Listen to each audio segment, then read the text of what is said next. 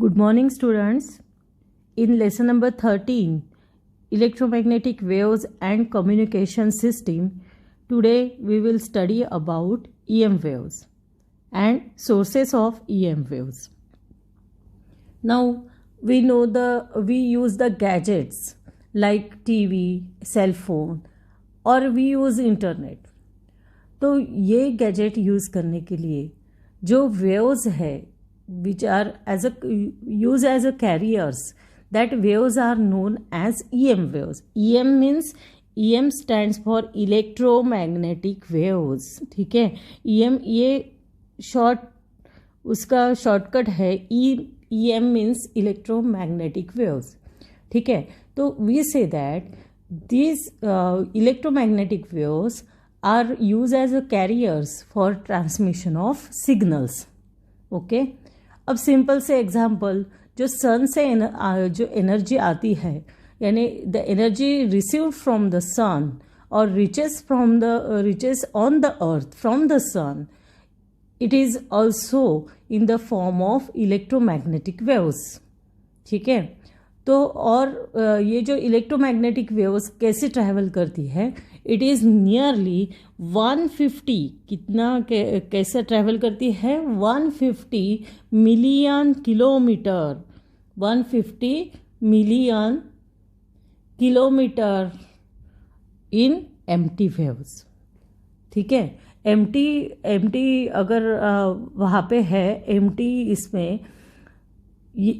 Space में ये electromagnetic waves कितनी ट्रैवल करती है, what is the speed of electromagnetic waves in the empty space, it is 150 million kilometre.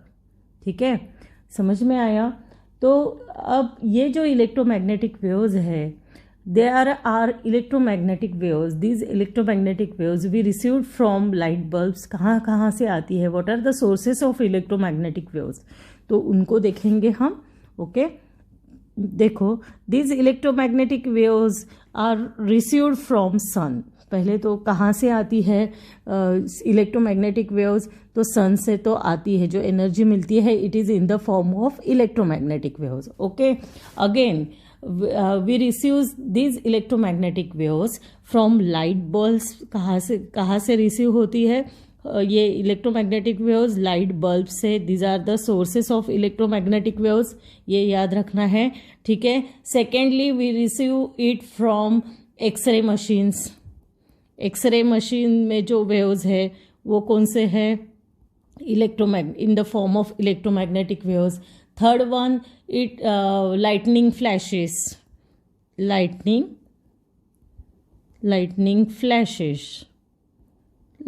flashes. Then और बोल सकते हैं कि जो हीटेड इंजन ब्लॉक्स है ऑटोमोबाइल्स में, they are also emit the electromagnetic waves. ठीक है, और सम रेडियो एक्टिव मटेरियल्स जो है या स्टार्स है, other objects in our Milky Way galaxy और other galaxies are known to emit electromagnetic waves. Okay, so अब हमको इसका electromagnetic, what are the properties of electromagnetic waves. In this lesson we study the properties of electromagnetic waves and sources of electromagnetic waves. What is electromagnetic waves, इसको हम देखने वाले हैं. तो ये जो इलेक्ट्रोमैग्नेटिक वेव है, इट इज़ बेस. अब ये बेस कौन से इसके ऊपर बेस है, देर आर 4 लॉज, 4 लॉज है विच describe the behaviour of electric and magnetic fields. अब EM में क्या है, देखो EM है.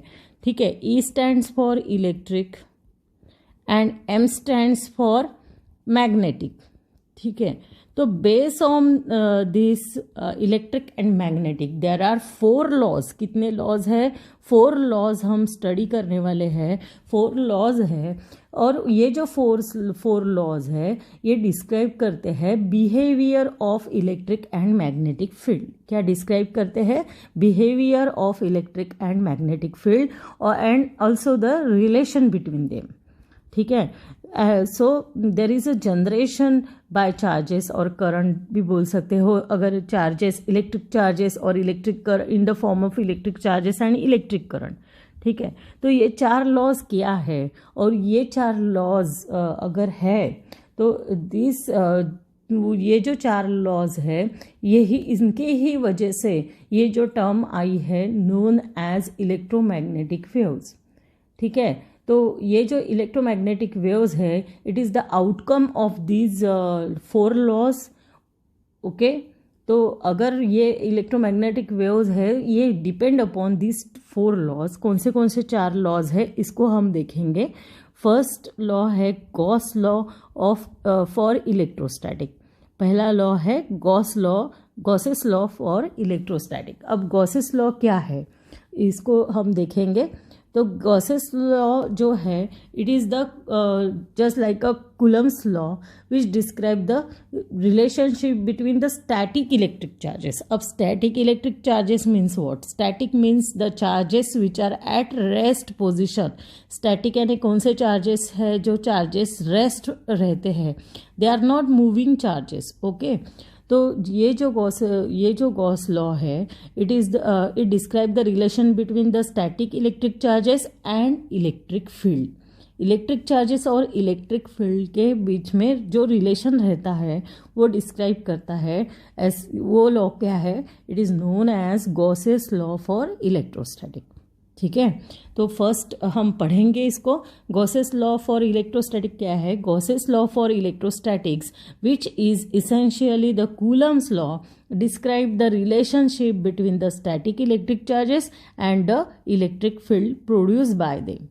ठीक है, समझ में आया? अब सेकेंड देखेंगे। ये गॉसेस फर्स्ट लॉ है, गॉसेस लॉ फॉर इलेक्ट्रोस्टैटिक हमने देखा है। अब एक Gauss's law for magnetism. Magnetism में क्या है?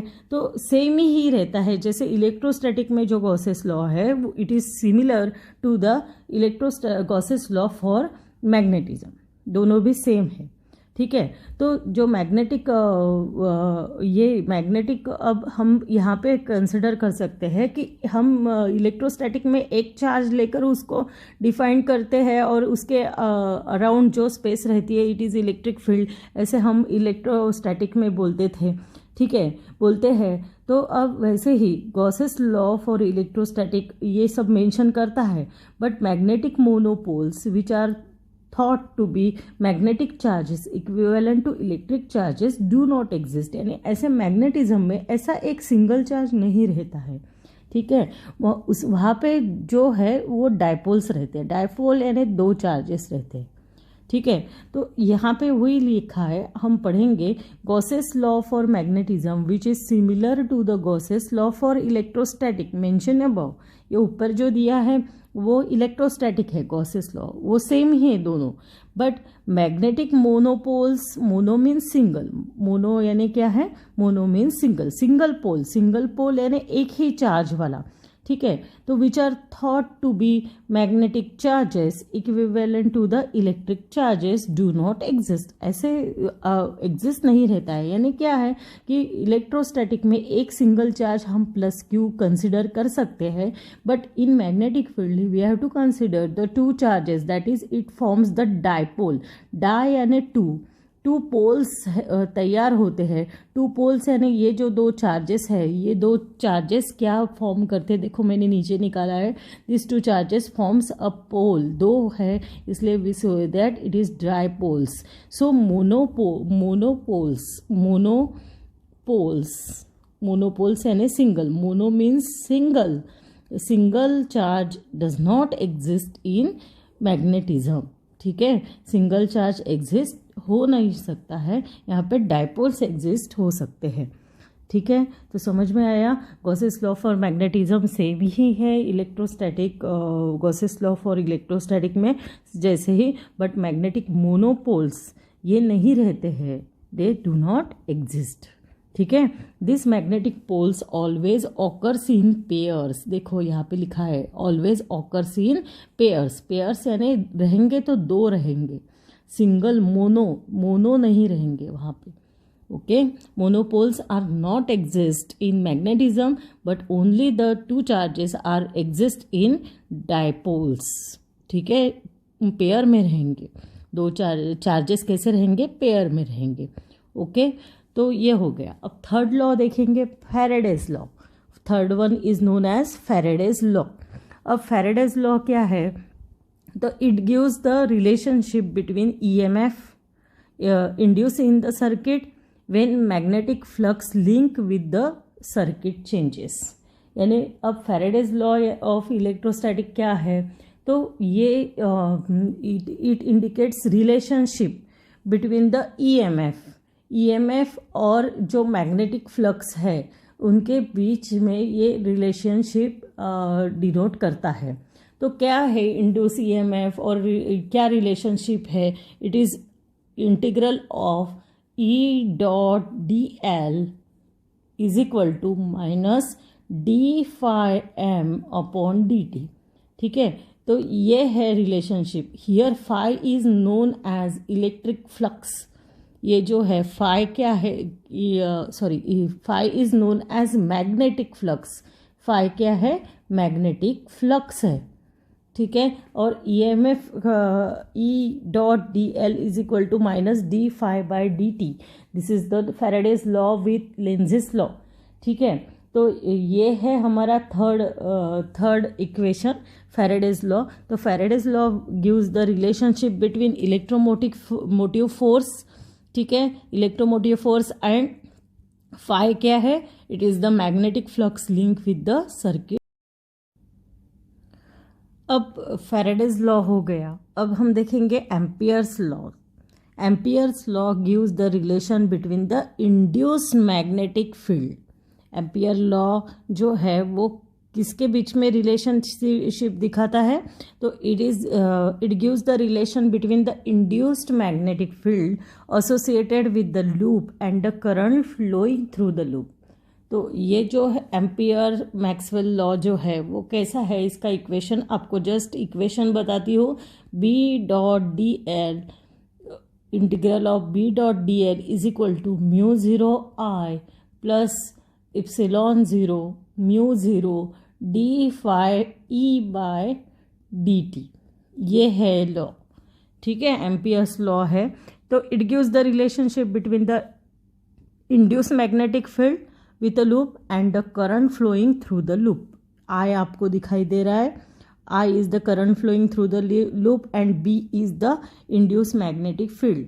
ठीक है, तो Ampere law gives the fourth हम पढ़ रहे हैं, Ampere's law gives the relation between the induce magnetic field associated with a loop and the current flowing through the loop. Okay, तो दीज आर द 4 लॉज। अभी हमने ये 4 laws देखे हैं।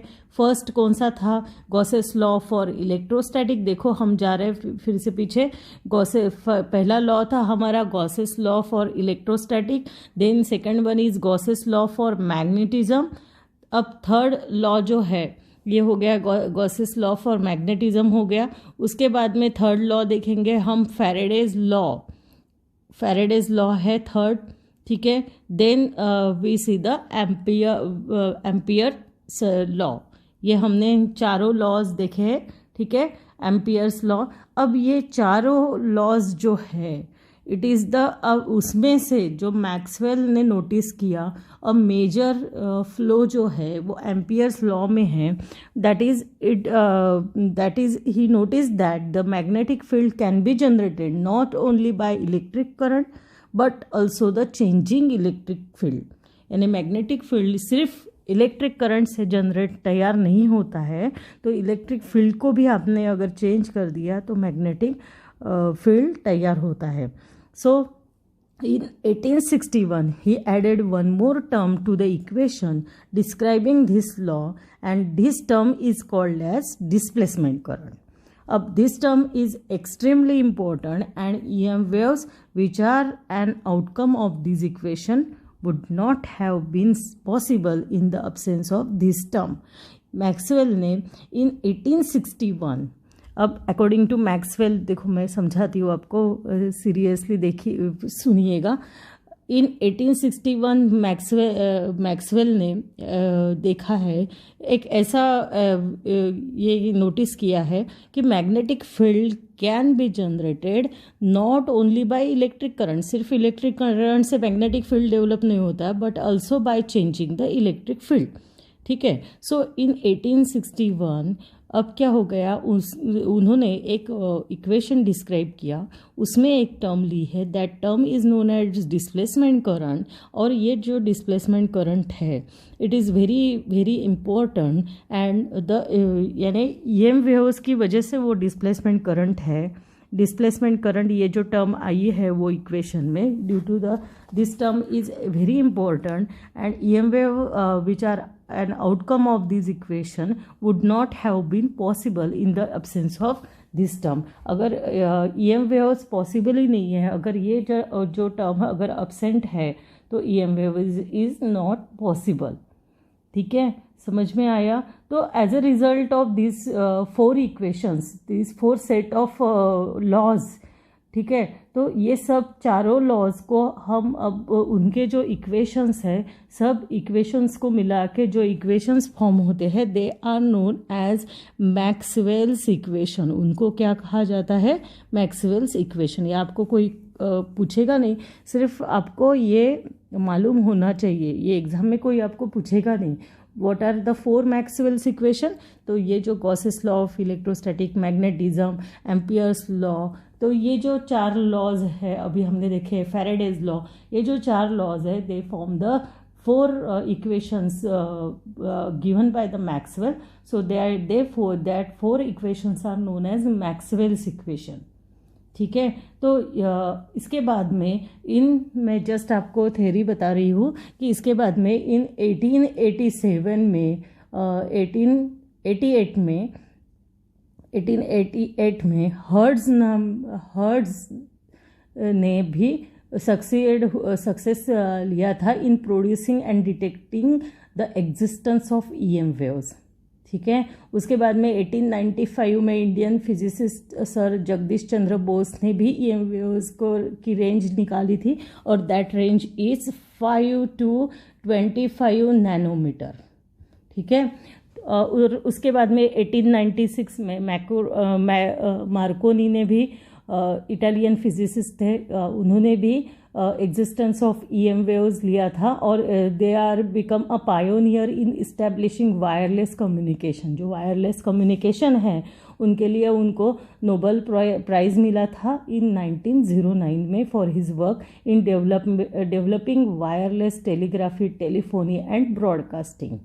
ठीक है, यूजिंग EM वेव्स। 1896 में मैक्रोनी, जो इटालियन फिजिसिस्ट को नोबेल प्राइज़ मिला था 1909 में, तो क्योंकि उन्होंने वायरलेस टेलीग्राफी या टेलीफोनी एंड ब्रॉडकास्टिंग को डेवलप किया था। ठीक है, तो ये हो गया हमारा, ये पूरी हिस्ट्री हो गई है कि किसने किसने EM वेव्स को पहले डिस्क्राइब किया था, ये हमने अभी देखा। अब EM वेव की डेफिनेशन क्या है, अब यहाँ से हमारा स्टडी पार्ट शुरू हो जाता है। तो what is the definition of EM waves? ठीक है, अब E stands for electric and M stands for magnetic, ये हमने देखा है। ठीक है, तो ये जो वेव्स है, ये यहाँ पे जो पार्टिकल्स है, पार्टिकल्स कैसे चाहिए? पहले तो पार्टिकल्स चाहिए, चार्ज पार्टिकल्स। कैसे पार्टिकल्स चाहिए? चार्ज पार्टिकल्स चाहिए। ठीक है, तो ये जो चार्ज पार्टिकल्स है, दे आर एक्सिलरेटेड, वो मोशन में है। ठीक है, they are accelerated and consist of electric and magnetic field. उनको दोनों भी है, क्या है? उनको इलेक्ट्रिक फील्ड भी है और मैग्नेटिक फील्ड भी है। ठीक है, इलेक्ट्रिक एंड मैग्नेटिक फील्ड्स, और दे आर, अब ये कैसे है? सपोज ये अगर एक इलेक्ट्रिक फील्ड है, this is electric field, suppose it is E, then this is the magnetic field. अब दूसरा मैग्नेटिक फील्ड है, ये है उसका magnetic field. Magnetic field is denoted by B। ठीक है, तो ये है, ऐसा रहेगा, that is we say that both the fields are vibrating at right angles to each other to the direction of propagation. अब सपोज वेव ऐसे जा रही है, वेव की डायरेक्शन ऑफ प्रोपोगेशन अगर ऐसी है, तो ये जो वेव है, it is the combination of 2 waves. यानी कैसी रहेगी? सपोज ऐसी रहेगी, इसमें it is a combination of E ई ऊपर रहेगा एंड नीचे क्या रहेगा, यानी अब मेरा अच्छा निकल नहीं रहा है तो आपको डायग्राम देखिएगा आप आपके बुक में, तो ये दोनों भी वेव्स यानी एक ई, ये है ई वेव्स यानी electric waves and this is the magnetic waves, both are at right angles to each other, ठीक है, और they are in the direction of propagation of wave, और कैसी रहेगी, they are in the direction of propagation of wave. तो EM wave को पढ़ते हैं waves that are caused by the acceleration of charge particles and consist of electric and magnetic fields vibrating sinusoidally at right angles, sinusoidally at right angles to each other and to the direction of propagation are called EM waves और EM radiation। अब sinusoidal यानी कैसा रहेगा, ये ऐसा रहेगा, this is a sine wave, ठीक है, इसलिए उनको यहाँ पे बोला गया है साइनोसॉइडली। और इसमें इलेक्ट्रिक एंड मैग्नेटिक फील्ड दोनों भी कैसे है, they are at right angles to each other in the direction of propagation of the wave. जो प्रोपोगेशन की डायरेक्शन है, जो डायरेक्शन पे है उसको 90 डिग्री पे वो रहेंगे, ठीक है।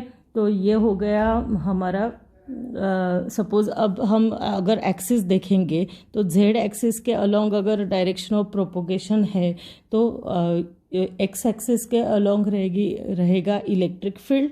यहाँ पे एक्स एक्सिस है, देखो मैं अच्छे से निकालती हूँ, एक minute. Suppose direction of propagation है Z axis, along the Z axis, X axis में रहेगा हमारा ये एक्स एक्सिस है और दिस इज वाई एक्सिस, ये है हमारा वाई एक्सिस।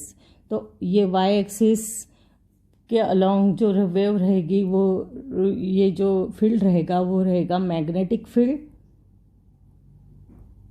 एक्स एक्सिस के अलोंग रहेगा electric field, electric field and this is the z axis, along the z axis there is a direction of propagation of EM wave, ठीक है। तो यहाँ पे इसीलिए EM waves के लिए पढ़ेंगे waves that are caused by the acceleration of charge particles and consist of electric and magnetic fields vibrating sinusoidally at right angles to each other and to the direction of propagation are called as EM waves or EM radiation, ठीक है। This is the definition of EM waves। तो ये जो EM waves है they are propagating along z-axis and the time varying electric field is along x-axis and time varying magnetic field is along y-axis। तो इसकी जो diagram है showing EM waves, तो ये है उसकी डायग्राम। आपके बुक में पेज नंबर 230 पे आपको ये डायग्राम दिखाई देगी, आप देखना उसको। यहाँ पे आपको अच्छे से नहीं दिखाई दे रही होगी, जो मैंने निकाली है वही डायग्राम है। पेज नंबर 230 पे ये डायग्राम आपको मिल जाएगी। तो आपको दिखाई दे रहा है जेड एक्सिस के अलोंग डायरेक्शन ऑफ प्रोपोगेशन है, ठीक है। This is Z axis, this is X axis and this is Y axis, ठीक है। तो ये ई एक्स दिया है, E stands for, E X क्यों दिया है, because E stands for electric field और एक्स मीन्स एक्स एक्सिस के अलोंग है इसलिए, और B stand for magnetic field और वाई एक्सिस के अलोंग है इसलिए सफिक्स वाई दिया है, ठीक है। तो this is known as electromagnetic wave. ये जो इलेक्ट्रोमैग्नेटिक वेव है propagating along the Z axis, okay, ठीक है। फिर अभी नेक्स्ट लेक्चर में हम देखने वाले हैं कि what are the characteristics of EM waves. EM waves की कैरेक्टरिस्टिक्स को पढ़ेंगे, ठीक है। तो आज के लिए यहाँ पे स्टॉप करते हैं, आप इसको रीड करिएगा। Okay then, bye bye, have a good day, thank you.